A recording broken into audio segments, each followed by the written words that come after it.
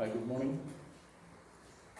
Boson Raju conduct ചെയ്യുന്ന online English ക്ലാസ്സിലേക്ക് പുതുതായി അഡ്മിഷൻ എടുത്ത എല്ലാവർക്കും സ്വാഗതം. ഞാൻ ആദ്യം എന്നെ പരിചയപ്പെടുത്താം. ഞാനൊരു വീഡിയോ നിങ്ങൾക്ക് ഓൾറെഡി സെൻഡ് ചെയ്തിട്ടുണ്ട്. കണ്ടായിരുന്നോ? ഈ ഇംഗ്ലീഷിൻ്റെ ബേസിക്കായ കുറേ കാര്യങ്ങളെക്കുറിച്ച് പറയുന്ന ഒരു വീഡിയോ ഞാൻ സെൻഡ് ചെയ്തിട്ടുണ്ടായിരുന്നു. നിങ്ങൾ കണ്ടിട്ടുണ്ടാവും അല്ലേ? അപ്പോൾ അതിൻ്റെ ഒരു ഇൻട്രൊഡക്ഷൻ മാത്രമായിരുന്നു. ഇനി നമ്മൾ പറയുന്നത്, അല്ലെങ്കിൽ നമുക്കിനി ഈ അക്കാഡമിക് ഇയറിൽ ഒരുപാട് പാഠങ്ങൾ പഠിക്കാനുണ്ട്. അപ്പോൾ ഞാൻ പറഞ്ഞു വന്നത്, എൻ്റെ പേര് അബു എന്നാണ്. എടുക്കുന്ന ടോപ്പിക് ഇംഗ്ലീഷാണ്. SSC റിസൾട്ട് വന്നിട്ടുണ്ട് അല്ലേ? എങ്ങനെയൊക്കെ ഉണ്ടായിരുന്നു റിസൾട്ട്? നന്ന റിസൾട്ടായിരുന്നോ? എക്സ്പെക്ട് ചെയ്ത മാർക്കിലെല്ലാം നേടിയെടുക്കാൻ സാധിച്ചിട്ടുണ്ടോ? അപ്പോൾ നിങ്ങൾക്ക് കിട്ടിയ മാർക്കിൻ്റെ അടിസ്ഥാനത്തിൽ നിങ്ങൾക്ക് ഏതെങ്കിലും സയൻസോ അല്ലെങ്കിൽ ഹ്യൂമാനിറ്റീസോ കൊമേഴ്സോ ഒക്കെ എടുത്ത് പഠിക്കാനുള്ള സാഹചര്യം ഉണ്ടാകും. പക്ഷേ എന്നാൽ പോലും ഇനിയൊരു ടൈം എന്ന് പറയുന്നത് വളരെ കുറച്ചേ ഉള്ളൂ. പണ്ടതുപോലെ നമുക്ക് ജൂലൈ വരെ വെയിറ്റ് ചെയ്യാം. ഇപ്പം തന്നെ ജൂലൈ ആയിട്ടുണ്ട്. ഇപ്പം അങ്ങനെ വെയിറ്റ് ചെയ്യാവുന്ന അവസ്ഥയൊന്നും ഇപ്പോൾ ഉണ്ടാവില്ല. കാരണം എല്ലാം വളരെ പെട്ടെന്നായിരിക്കും നടന്നു പോകും. പിന്നെ നമ്മളിപ്പോൾ ഇനിയിപ്പോൾ ഇംഗ്ലീഷ് മീഡിയത്തിലേക്ക് പോകണം. കാരണം മീഡിയം എന്ന് പറയുന്നത് ഇംഗ്ലീഷിലേക്ക് മാറുന്നതുകൊണ്ട് തന്നെ ഇംഗ്ലീഷിന് കുറച്ച് ഇമ്പോർട്ടൻസ് നിങ്ങൾ എന്ത് ചെയ്യണം, കൊടുക്കണം. അത് വലിയ ബുദ്ധിമുട്ടുള്ളതൊന്നും അല്ല കേട്ടോ. അതൊക്കെ നമുക്ക് ഈസിയായി ചെയ്യാൻ പറ്റുന്ന കാര്യങ്ങൾ മാത്രമായിരിക്കും. പിന്നെ ഇംഗ്ലീഷ് എന്ന് പറയുന്ന ഒരു സബ്ജക്റ്റ് നമ്മൾ പാർട്ട് 1 പഠിക്കുമ്പോൾ അതിന് നിങ്ങളുടെ സർക്കാർ അല്ലെങ്കിൽ നമ്മുടെ സർക്കാർ ഒരു വിദ്യാഭ്യാസ വകുപ്പ് ഒരു ടെസ്റ്റ് പ്രിസ്ക്രൈബ് ചെയ്തിട്ടുണ്ട്. കേരള ഇംഗ്ലീഷ് റീഡർ എന്ന് തന്നെയാണ് അതിൻ്റെ പേര്. അതിനകത്ത് കുറേ പാഠങ്ങൾ നമുക്ക് പഠിക്കാനുണ്ട്. ഒരു 5-6 യൂണിറ്റ് അതിനകത്ത് നമുക്ക് എന്ത് ചെയ്യേണ്ടി വരും, ഈ വർഷം പഠിക്കണം. പഠിക്കുക എന്ന് പറയുമ്പോൾ നിങ്ങൾ പണ്ട് പഠിച്ച് കാണാപ്പെടുത്തുമെന്ന് അതിനകത്തില്ല കേട്ടോ. കാണാൻ പഠിക്കേണ്ട ഒരു കാര്യങ്ങളും അതിനകത്തില്ല. കാരണം ഒരു പടം വായിക്കുക, അതിൻ്റെ കണ്ടന്റ് എന്ന് മനസ്സിലാക്കുക, എന്നിട്ട് അതുമായി റിലേറ്റ് ചെയ്യുന്ന ചോദ്യങ്ങളൊക്കെ ഉണ്ടാവും. അപ്പോൾ നമ്മൾ വായിച്ച് നമുക്കൊരു ഐഡിയ ഉണ്ടെങ്കിൽ തീർച്ചയായും നമുക്ക് എന്ത് ചെയ്യാൻ പറ്റും, അതെല്ലാം ക്ലിയർ ആയിട്ട് എന്ത് ചെയ്യാൻ പറ്റും, ആൻസർ ചെയ്യാൻ പറ്റും അല്ലേ? അപ്പോൾ അതിനൊരു ടെൻഷൻ എന്ന് പറയുന്ന കാര്യം ആവശ്യമൊന്നുമില്ല. ടെൻഷൻ അടിക്കേണ്ട യാതൊരു കാര്യമൊന്നുമില്ല. വളരെ കുറച്ച് വായിച്ച് നമുക്ക് എന്ത് ചെയ്യാൻ പറ്റും, ഇംഗ്ലീഷിലൊക്കെ എഴുതാൻ ചെയ്യാൻ പറ്റും. പിന്നെ വളരെ സ്ട്രിക്റ്റ് ആയിട്ടുള്ള വാല്യൂഷൻ ഒന്നും ആയിരിക്കത്തില്ല. 1 വർഷമല്ല, അതുകൊണ്ട് ചില ലിബറേഷനൊക്കെ അവർ കൊടുത്തായിരിക്കും എന്ത് ചെയ്യുക. പിന്നെ കണ്ടന്റ് വേണം. കാരണം ഇപ്പോൾ ഗ്രാമറ്റിക്കലി മിസ്റ്റേക്കിൽ ഉണ്ടായിപ്പോയി എന്ന് പറഞ്ഞത് വെട്ടിക്കളയാൻ ചാൻസ് ഒന്നുമില്ല. പിന്നെ പാഠവുമായി ബന്ധപ്പെട്ട് പഠിച്ച കാര്യങ്ങൾ മനസ്സിലാക്കിയിരിക്കണം. പിന്നെ റിലേറ്റ് ചെയ്യുന്ന കാര്യങ്ങൾ അതൊക്കെ മനസ്സിലാവുന്നുണ്ടോ? അപ്പോൾ റിലേറ്റ് ചെയ്യുന്ന കാര്യങ്ങളെ കുറിച്ച് മനസ്സിലാക്കി നമുക്ക് ഒരുപാട് എഴുതാനുള്ള സ്റ്റഫ് കിട്ടും അല്ലേ? പലപ്പോഴും നമുക്കൊന്നും എഴുതാൻ പറ്റാത്തത് അതിനെക്കുറിച്ചൊന്നും അറിയാറുണ്ടല്ലേ. അപ്പോൾ അങ്ങനെ ഒരു അവസ്ഥയിലേക്ക് പോകാതെ, കാരണം എല്ലാം റിലേറ്റ്, കാരണം എവറിത്തിങ് ഈസ് റിലേറ്റഡ് അല്ലേ? അപ്പോൾ ആ റിലേറ്റഡ് ആയിട്ടുള്ള കാര്യങ്ങളെ കുറിച്ച് നമുക്കൊരു അവയർനെസ് ഉണ്ടാവണം. കാരണം നമ്മൾ 10ാം ക്ലാസ് കഴിയുമ്പോൾ ഒരു നല്ലൊരു 10-15 വയസ്സൊക്കെ ആകുമ്പോൾ നമുക്ക് കാര്യങ്ങളെക്കുറിച്ച് അറിയാൻ പറ്റുന്ന പ്രായമായിട്ടുണ്ട്. അപ്പോൾ നമ്മൾ എന്ത് ചെയ്യണം, കാര്യങ്ങൾ അറിയാനും. അതിപ്പോൾ പുസ്തകങ്ങളുടെ മാത്രമാണെന്നില്ല. കാരണം പത്രം വായിച്ചാൽ കിട്ടും, മാഗസിൻസ് വായിച്ചാൽ കിട്ടും. അപ്പോൾ അതുമായി റിലേറ്റ് ചെയ്ത് അങ്ങനെ ജനറലി ഇൻട്രസ്റ്റ് ഉണ്ടാക്കുന്ന ടോപ്പിക്കുകളാണ് +1 പഠിക്കാൻ തുടങ്ങിയിട്ടുള്ളത്. അതുകൊണ്ട് ആ പഠിത്തം വളരെ ബുദ്ധിമുട്ടൊന്നും ഉണ്ടാവത്തില്ല. പിന്നെ ലാംഗ്വേജ് ചേഞ്ച് ചെയ്യുമ്പോൾ ചെറിയ ബുദ്ധിമുട്ടുണ്ടാവാം. അപ്പോൾ എവിടെ പോയി നമുക്ക് ആദ്യം ഒരു 1-1.5 മാസത്തെ ബുദ്ധിമുട്ടൊക്കെ ഉണ്ടാവും. ആ ബുദ്ധിമുട്ടുകൾ തിരിച്ച് നമുക്ക് എന്ത് ചെയ്യാൻ പറ്റും, മാറ്റി എടുക്കാൻ സാധിക്കും. അപ്പോൾ മറ്റുള്ള കാര്യങ്ങളൊന്നും ഞാൻ ചർച്ച ചെയ്യുന്നില്ല. മാർക്കുകൾ നല്ല മാർക്ക് കിട്ടിയിട്ടുണ്ടാവും. Anyway, my heartly congratulation those who succeed brilliantly the SSC examination. അപ്പോൾ ജയിച്ച എല്ലാവർക്കും എല്ലാ ആശംസകളും നേർന്നുകൊണ്ട് ഞാൻ നിങ്ങളെ എല്ലാവരെയും വീണ്ടും നമ്മുടെ ഓൺലൈൻ ക്ലാസ്സിലേക്ക് ക്ഷണിക്കുകയാണ്. നമ്മൾ ഡയറക്റ്റ് ടെസ്റ്റിലേക്ക് പോകാം. ഇനിയിപ്പോൾ വേറൊരു കാര്യം പറയാനുള്ള സമയമില്ലാത്തതുകൊണ്ടാണ് നമ്മൾ ടെസ്റ്റിലേക്ക് തന്നെ കോൺസെൻട്രേറ്റ് ചെയ്യാൻ തീരുമാനിച്ചത്. അപ്പോൾ ഇംഗ്ലീഷ് ടെക്സ്റ്റ് ബുക്കിൻ്റെ ഒരു കോപ്പി അതാദ്യം ഉണ്ടാക്കിയെടുക്കണം അല്ലേ? അത് ഇവിടുന്ന് ഇപ്പോൾ പ്രീവിയസ് ഇയർ കഴിഞ്ഞ് പോയ കുട്ടികളുണ്ടാവും. അവർക്ക് എന്ത് ചെയ്യാൻ പറ്റും, അത് കളക്ട് ചെയ്യാൻ പറ്റും. അങ്ങനെ കളക്ട് ചെയ്തിട്ട് ടെക്സ്റ്റ് ബുക്ക് ഇല്ലാതെ ഒരിക്കലും ഇംഗ്ലീഷ് പഠിക്കാൻ പറ്റില്ല അല്ലേ? അപ്പോൾ ടെക്സ്റ്റ് ബുക്കിൽ ഉണ്ടെങ്കിൽ മാത്രമേ ഇംഗ്ലീഷ് പഠിക്കാൻ പറ്റൂ. അപ്പോൾ ടെക്സ്റ്റ് ബുക്കിൻ്റെ ഒരു കോപ്പി എങ്ങനെയെങ്കിലും സംഘടിപ്പിക്കുക. പിന്നെ ടെക്സ്റ്റ് ബുക്ക് കിട്ടിയിട്ട് വെറുതെ കാര്യമില്ല. ടെക്സ്റ്റ് ബുക്ക് വായിക്കാൻ പറ്റണം അല്ലേ? വായിച്ച് അതിനൊരു ഇൻറ്റിമസി ആ പാഠവുമായി നമ്മൾ ഉണ്ടാക്കിയെടുത്തെങ്കിൽ മാത്രമേ നമുക്ക് എന്ത് ചെയ്യാൻ പറ്റൂ, കാര്യങ്ങളെ പഠിച്ച് മുന്നോട്ട് പോകാൻ സാധിക്കും.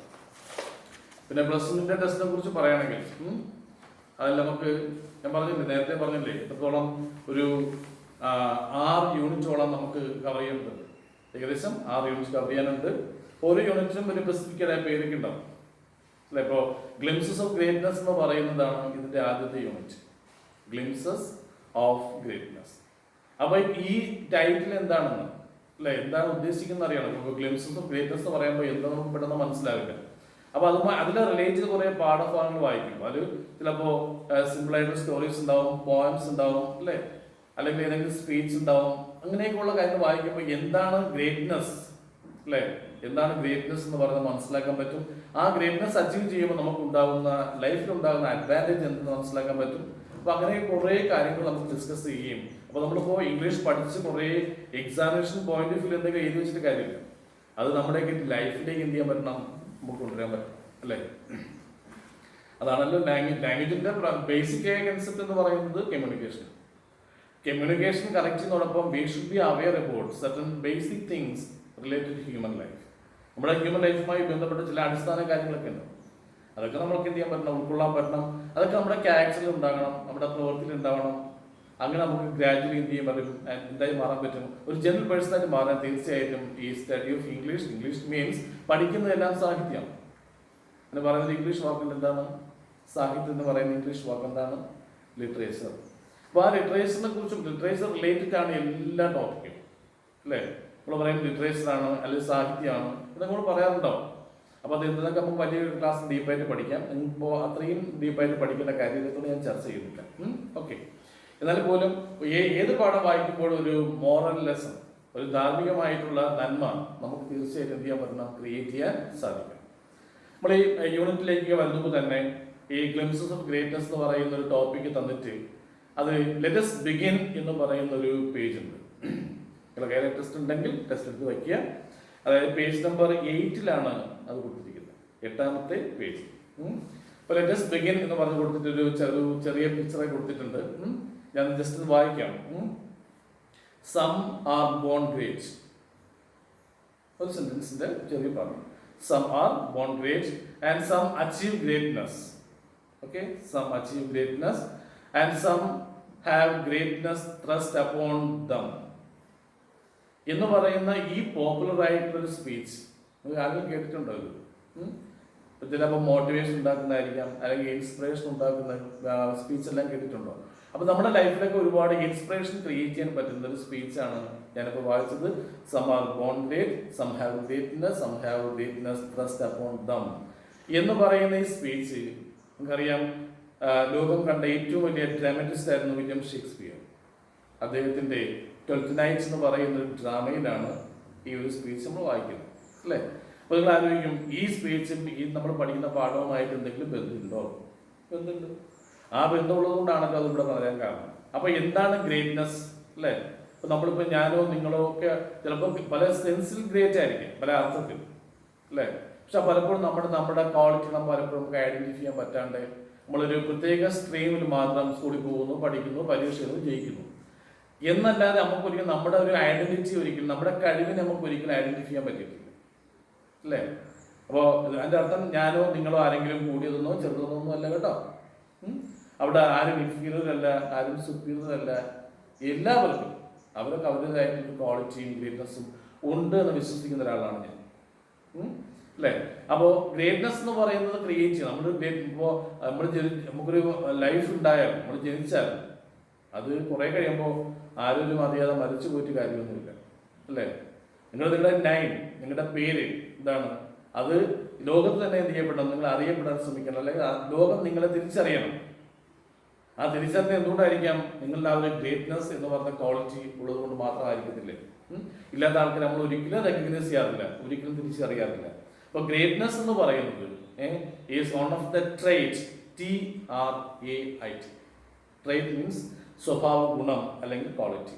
ഒരു മനുഷ്യന്റെ ഏറ്റവും വലിയ പോസിറ്റീവായ കാര്യമായിരിക്കണം അദ്ദേഹത്തിന് ഒരു ക്വാളിറ്റി ഉണ്ടാവണം, അല്ലേ? ഇപ്പൊ നമ്മൾ ഒരാളെ ഇഷ്ടപ്പെടുന്നു, അല്ലെങ്കിൽ നമ്മൾ ഒരാളെ വെറുക്കുന്നു എന്നൊക്കെ പറയുമ്പോൾ അദ്ദേഹത്തിന്റെ നെഗറ്റീവ് ക്വാളിറ്റിയാണ് വെറുപ്പുണ്ടാക്കുന്നത്. പോസിറ്റീവ് ക്വാളിറ്റി നമ്മൾ എന്ത് ചെയ്യും? അക്സെപ്റ്റ് ചെയ്യും, അല്ലേ? അപ്പോൾ നമ്മളെല്ലാം ജെന്റിലാവണം, നമ്മളെ തിരിച്ചറിയണം. വി ഷുഡ് നോ, അല്ലേ? We should know our own capabilities, our own potentialities and our own greatness. പക്ഷെ ഇത് പെട്ടെന്ന് നമ്മൾ ഈ പറഞ്ഞ പോലെ ഒരു സുപ്രഭാതത്തിൽ ഉണ്ടാവുന്നതല്ല എന്ന് പറയുന്നത് ഗ്രേറ്റ്നസ്, അല്ലേ? അപ്പൊ അതിന് ഒരുപാട് സപ്പോർട്ടിങ് ഫാക്ടുകളുണ്ട്.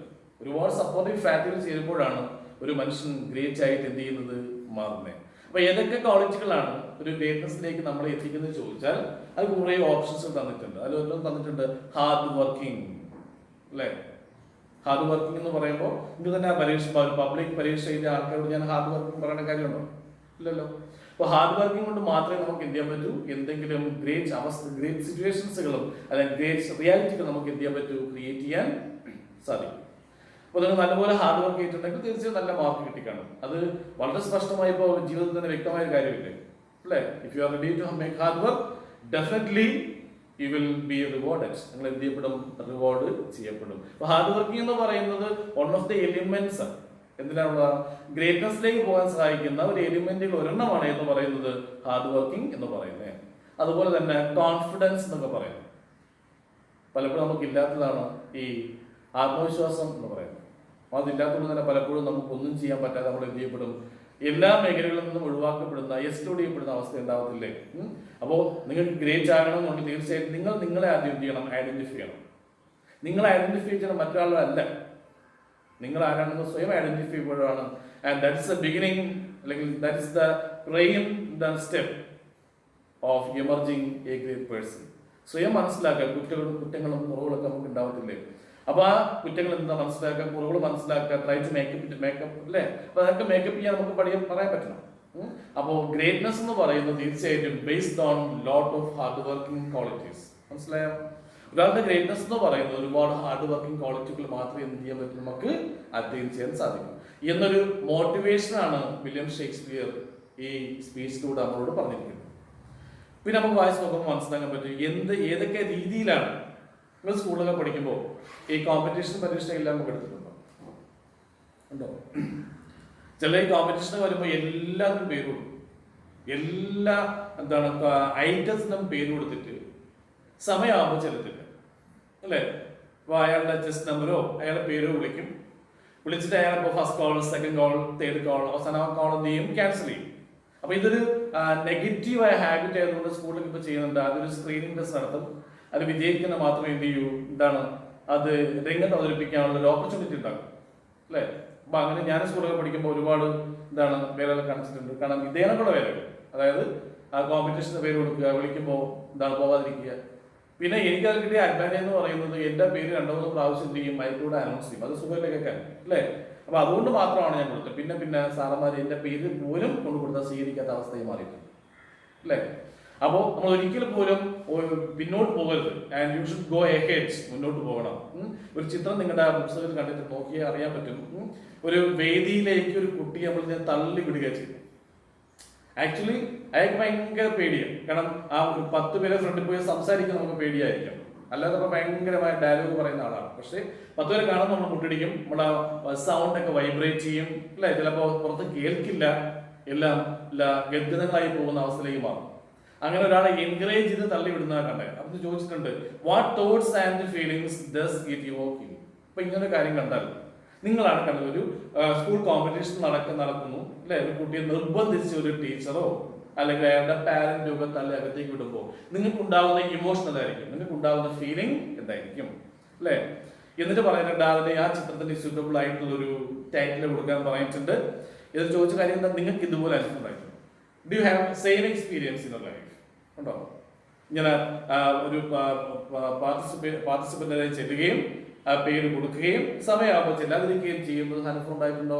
അങ്ങനെയുള്ള അനുഭവങ്ങൾ എന്ത് ചെയ്യും? അങ്ങനെയൊക്കെയാണ് പരീക്ഷ ചോദിക്കുന്നത്. എല്ലാം സിമ്പിളാണ്. കാരണം നിങ്ങൾ വിചാരിക്കുന്ന ഒരുപാടില്ല അല്ല. കാണാൻ പിടിച്ച് അതുപോലെ ഒരു ഫോട്ടോ കോപ്പി ഉണ്ടാക്കാനല്ല ഇംഗ്ലീഷ് പറയുന്നത്. നിങ്ങളുടെ രീതിയിൽ ആശയങ്ങളെ എങ്ങനെ നിങ്ങൾക്ക് എന്ത് ചെയ്യാൻ പറ്റുന്നു, പ്രസന്റ് ചെയ്യാൻ പറ്റുന്നു, അവിടെയാണ് മാർക്ക്.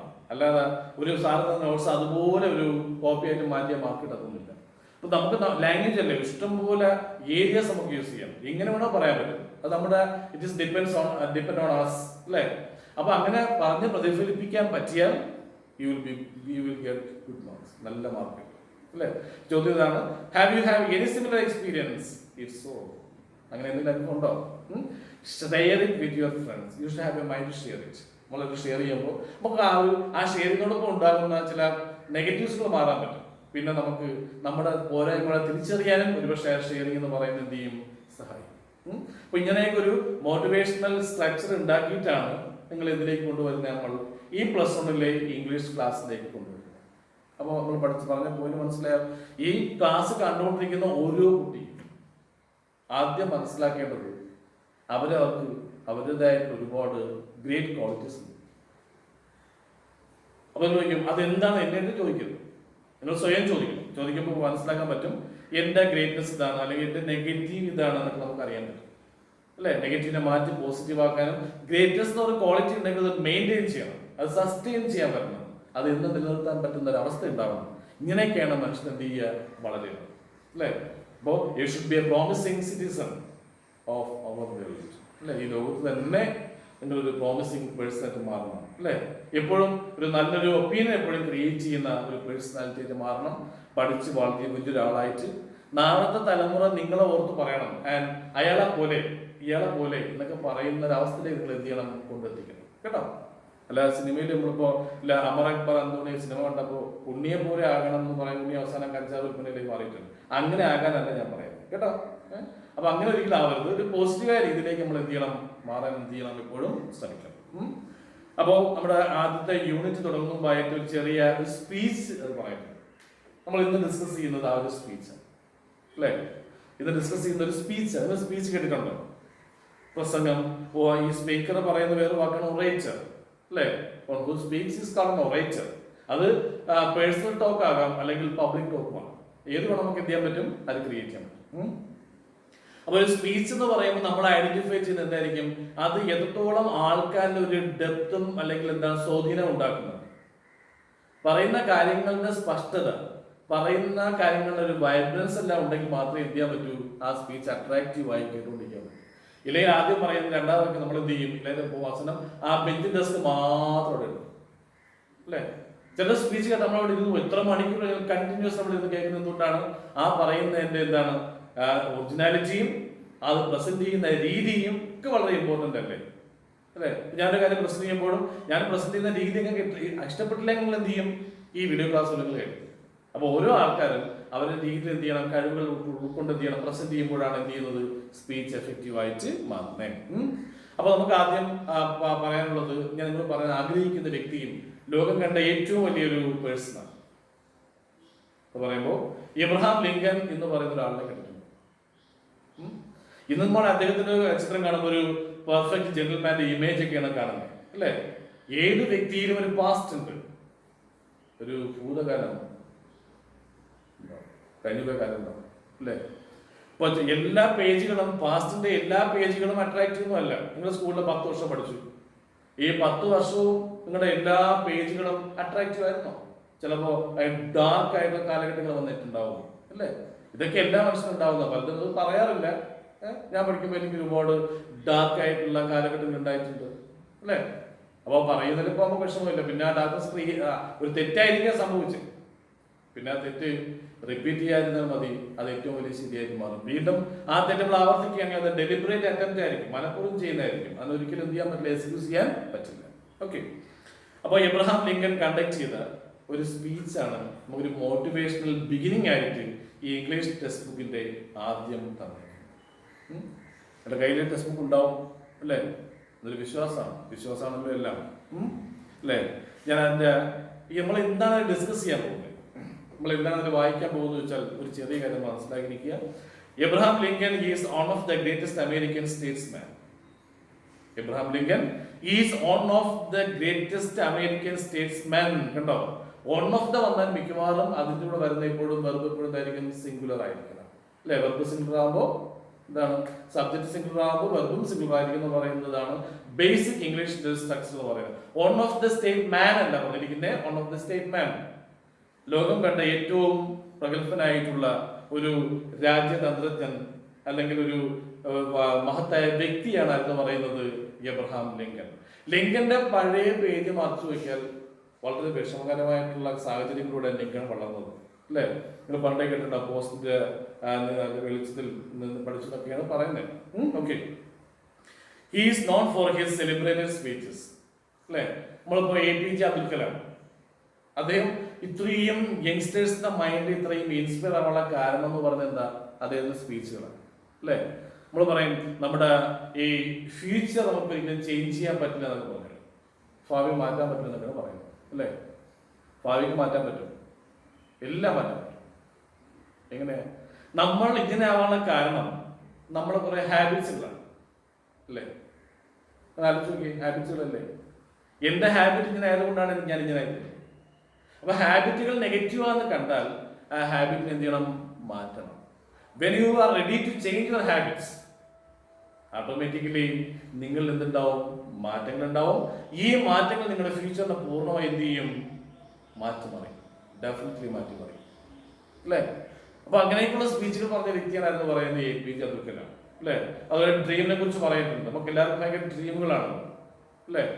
ഒരു ഹാർഡ് വർക്കും ഇല്ലാതെ ഒരുപാട് ഡ്രീം ചെയ്യുന്ന ആൾക്കാരാണ് പൊതുവേ മലയാളികൾ എന്ന് പറയുന്നത്. അത് ഇംഗ്ലീഷിൽ യൂസേജ് പറയും എന്താണ്? ഒരു ഹാർഡ് വർക്കും ഇല്ലാതെ വെറുതെ സ്വപ്നം കണ്ടുകൊണ്ടിരിക്കുന്ന ആൾക്കാരുണ്ടാവും അല്ലേ? ചില ആൾക്കാർ ഈ സ്വപ്നലോകത്ത് ജീവിക്കുന്ന ആൾക്കാരുണ്ടാവും. എപ്പോഴും സ്വപ്നം കാണല്ലേ. പക്ഷെ ഹാർഡ് വർക്കിംഗ് എന്ന് പറയുന്നത് ഒരിക്കലും ചെയ്യാറില്ല.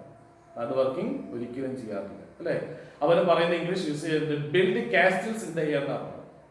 BILD പ്രസന്റ് ആണ്. കാസ്റ്റൽസ് ഇൻ ദ എയർ. കാരണം ഒരു ഹാർഡ് വർക്കും ഇല്ലാതെ, കാരണം ഒരു ഹാർഡ് വർക്ക് വീണ്ടും വാക്കുണ്ടോ? ഹാർഡ് വർക്കും ഇല്ലാതെ വെറുതെ ഇരുന്ന് എന്ത് ചെയ്യുക? സ്വപ്നം കാണും. അതായത് ഒരിക്കലും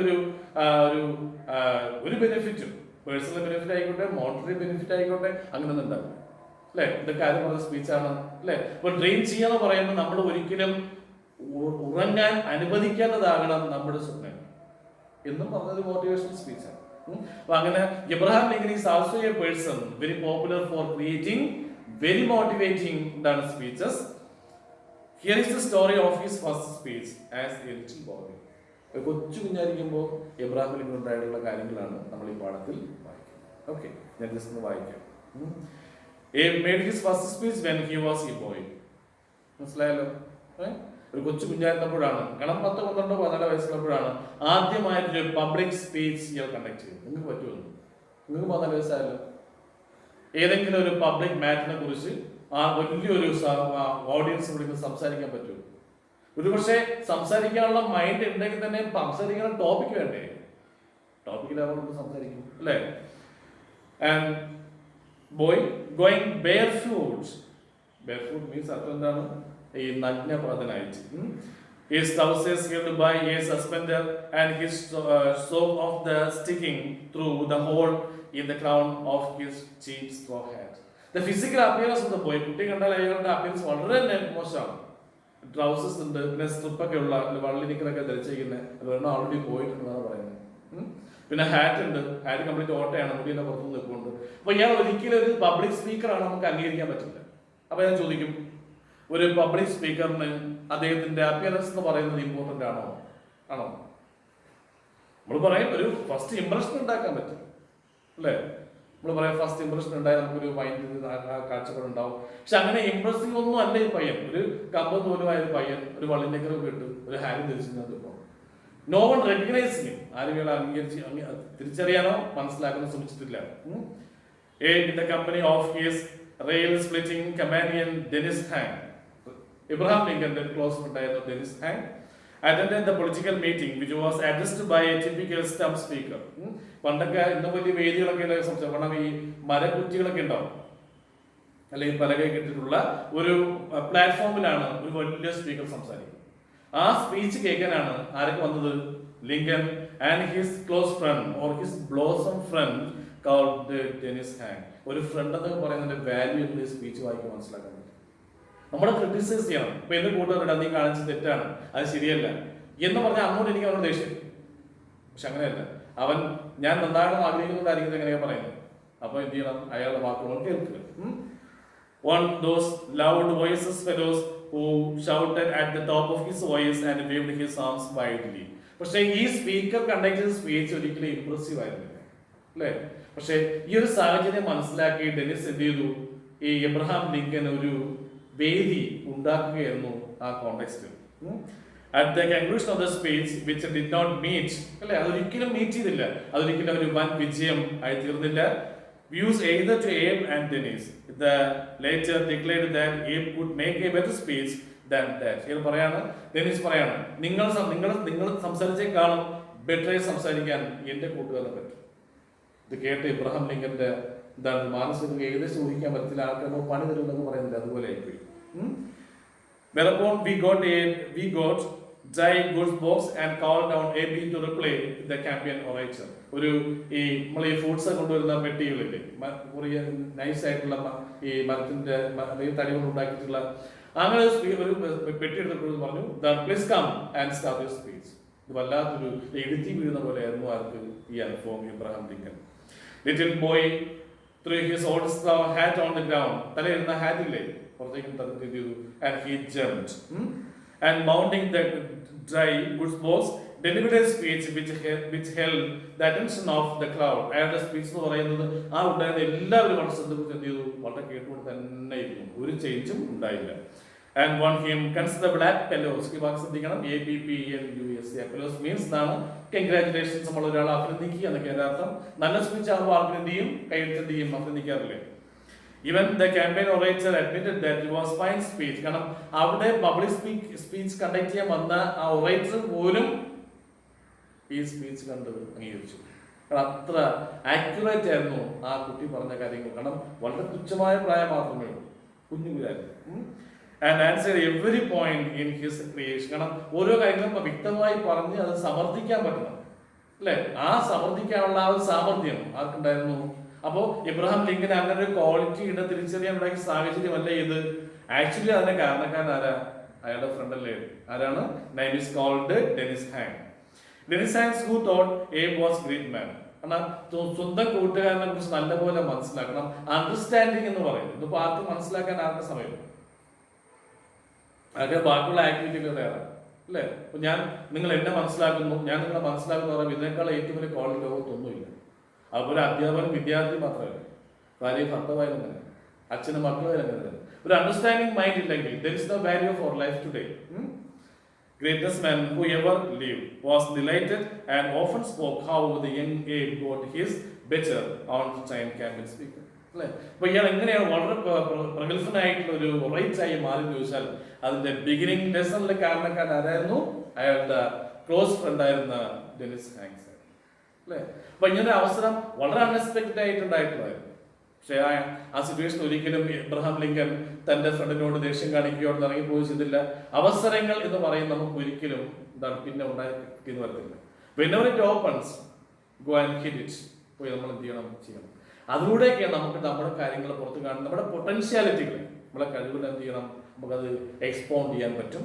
അത് തീർച്ചയായിട്ടും അങ്ങനെ പൊട്ടൻഷ്യാലിറ്റികൾ എക്സ്പോണ്ട് ചെയ്യപ്പെടുമ്പോൾ അത് നമ്മുടെ ക്യാരക്ടറിനെ, നമ്മുടെ പേഴ്സണാലിറ്റി എന്ത് ചെയ്യും, അത് വല്ലാതെ എന്ത് ചെയ്യും, സ്വാധീനിക്കുകയും ചെയ്യും. ഇത് ചെറിയൊരു സ്പീച്ചാണെന്ന് പറഞ്ഞിരിക്കുന്നത്. അപ്പോൾ ഇവിടെ നോക്കേണ്ട കാര്യം, ഗ്രേറ്റ്നെസ് എന്ന് പറയുന്നത് എങ്ങനെ ക്രിയേറ്റ് ചെയ്യുന്നു? We should gain opportunities.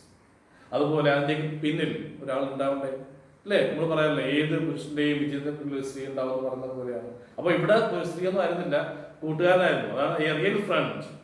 കാരണം നമ്മൾ പറയാം യഥാർത്ഥ ഫ്രണ്ട് എന്ന് പറയുമ്പോൾ ഫ്രണ്ട് തന്നെയാവണം അല്ലേ. അതിനോട് റിയൽ ഫ്രണ്ട് തരണം, മിറർ പോലെ എന്താണ് ജെനുവിൻ ആയിരിക്കണം ആരെന്ന് പറയുന്ന ഒരു ഫ്രണ്ട് എന്ന്, കണ്ണാടി നന്നായി എന്ന് വേണമെന്ന് നമ്മൾ പറയാറില്ലേ. ഓക്കെ. അപ്പോൾ ഇത്രയും കണ്ടിട്ട് അപ്പോൾ എന്തൊക്കെ സാഹചര്യങ്ങളാണ് ഏബിന് ഇങ്ങനെ സംസാരിക്കാൻ അവസരം ഉണ്ടാക്കിയത് എന്നൊക്കെ പറയാൻ ചോദിച്ചിട്ടുണ്ട്. അല്ലെങ്കിൽ do you think everybody some potential ഉണ്ട് പറഞ്ഞില്ലേ. ഇബ്രഹാം ലിങ്കനെ പോലെ പലർക്കും പല പൊട്ടൻഷ്യാലിറ്റികൾ ഉണ്ട്. ആ പൊട്ടൻഷ്യാലിറ്റികൾ പലപ്പോഴും ഉണ്ടാകുന്നതിന് കാരണം some people take initiative while others do not dare to showcase their talent. ചില എന്ത് ചെയ്യും, അവരുടെ ടാലന്റ് എല്ലാം ഷോക്കേസ് ചെയ്ത് കൂട്ടി വെച്ച്, ചില എന്ത് ചെയ്യും, ആ ടാലന്റ് എന്ത് ചെയ്യും, എക്സ്പോണ്ട് ചെയ്യും. And why do you think the reason of this? Write your views. അപ്പോൾ ഒരാൾ ഗ്രേറ്റ്നെസ്സിലേക്ക് പോകുന്നില്ല എന്ന് പറയുമ്പോൾ കാരണങ്ങൾ ഒരുപാടായിരിക്കാം. അതിലൊന്നാണ് ലാക്ക് ഓഫ് ഓപ്പർച്യൂണിറ്റി, അവസരങ്ങൾ. ഇപ്പോൾ ലിങ്കന് ഒരു അവസരം കിട്ടുന്നതുകൊണ്ടാണ് പുള്ളിക്ക് അത് സംസാരിക്കാൻ പറ്റും അല്ലേ. അവസരങ്ങൾ കിട്ടാത്തത് ഒരു പ്രധാനപ്പെട്ട ഫാക്ട് ആയിരിക്കാം. അതുപോലെ ലാക്ക് ഓഫ് കോൺഫിഡൻസ്, ഇത് വേറെ ഫാക്ട് ആയിരിക്കാം. ഇനി നിങ്ങൾ എന്ത് ചെയ്യണം, ഒരാളുടെ ടാലന്റിനെ അല്ലെങ്കിൽ ഗ്രേറ്റ്നെസ്സിനെ എക്സ്പോണ്ട് ചെയ്യാൻ അല്ലെങ്കിൽ പുറത്ത് കൊണ്ടുവരാൻ പലപ്പോഴും ബുദ്ധിമുട്ടുണ്ടാവും. അതിനൊരു കാരണം ഒന്നിൽ ഓപ്പർച്യൂണിറ്റി ഇല്ലാത്തായിരിക്കാം, അല്ലെങ്കിൽ കോൺഫിഡൻസ് ഇല്ലാത്തതുകൊണ്ടായിരിക്കാം. ഇനി നിങ്ങളുടെ കാഴ്ചപ്പാടിൽ ഒരു 3 പോയിന്റുകൾ ഫൈൻഡ് ചെയ്യും. ഓക്കെ. ഒരാൾക്ക് ഗ്രേറ്റ്നെസ് ആകുന്നില്ല അല്ലെങ്കിൽ ഗ്രേറ്റ് ആകാൻ പറ്റാത്ത കാരണം, അപ്പൊ അയാൾക്ക് ഇന്ന എന്നെ കുറവുകളായിരിക്കാം. ലാക്ക് മീൻസ് അർത്ഥം ആബ്സൻസ് അല്ലെങ്കിൽ കുറവിന്റെ അർത്ഥം. അങ്ങനെ കുറവായി തോന്നുന്ന 2-3 പോയിന്റുകളെ കുറിച്ച് എഴുതി എടുത്തിട്ട് ഓരോ പോയിന്റിനെ കുറിച്ചും ചെറിയ ഒരു ബ്രീഫ് നരേഷനൊക്കെ എഴുതി, ഒരു അസൈൻമെന്റ് എന്നൊന്നും പറയണ്ട, നമ്മൾ ആദ്യം കണ്ടുപിടിയ അസൈൻമെന്റ് ഞാൻ തരുന്നില്ല. നിങ്ങളുടെ റിയാക്ഷൻസുകൾ എന്ത് ചെയ്യണം, ഈ ഗ്രൂപ്പിൽ എന്ത് ചെയ്യണം, ഇടണം അല്ലേ. അപ്പോൾ ഗ്രേറ്റ്നെസ് എന്ന് പറയുന്ന ഒരു ക്വാളിറ്റിയാണ് അല്ലേ.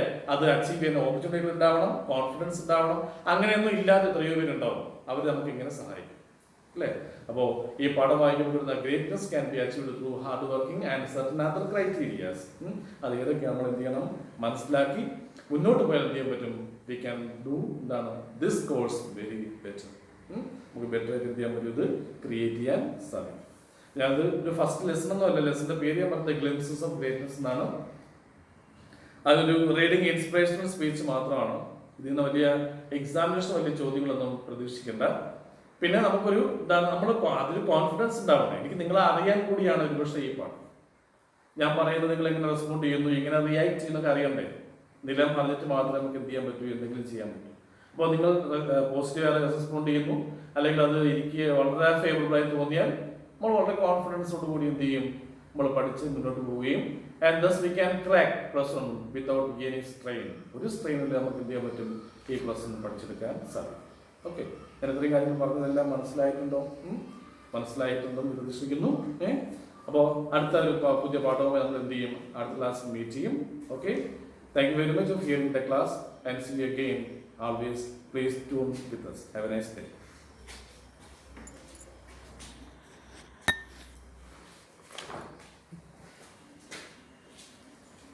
That's another comment.